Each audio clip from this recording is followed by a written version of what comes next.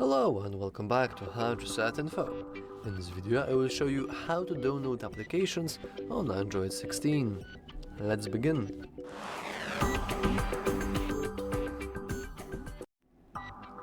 Downloading applications on any kind of Android device is really simple because every single Android device should, in theory, support the Google Play Store. You can find the Google Play Store by this icon. It's pretty obvious and pretty well known, and you can always search it here, as you can see. So now you can go to Play Store, and we have an enormous Play Store full of cool ads. Ads too, but apps. And you can search for games, you can search for certain applications, you can search for a specific app that you know by name.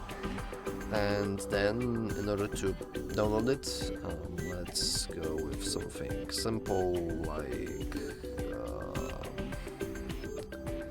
oh my god, why does... Okay, let's go with Nameless Cat, for example. In order to download an application, all you want to do is hit the install button. Now it's installing, and then it should appear on your home screen. So yeah, that's all for this video. If you found it useful, remember to like and subscribe. Thanks for watching.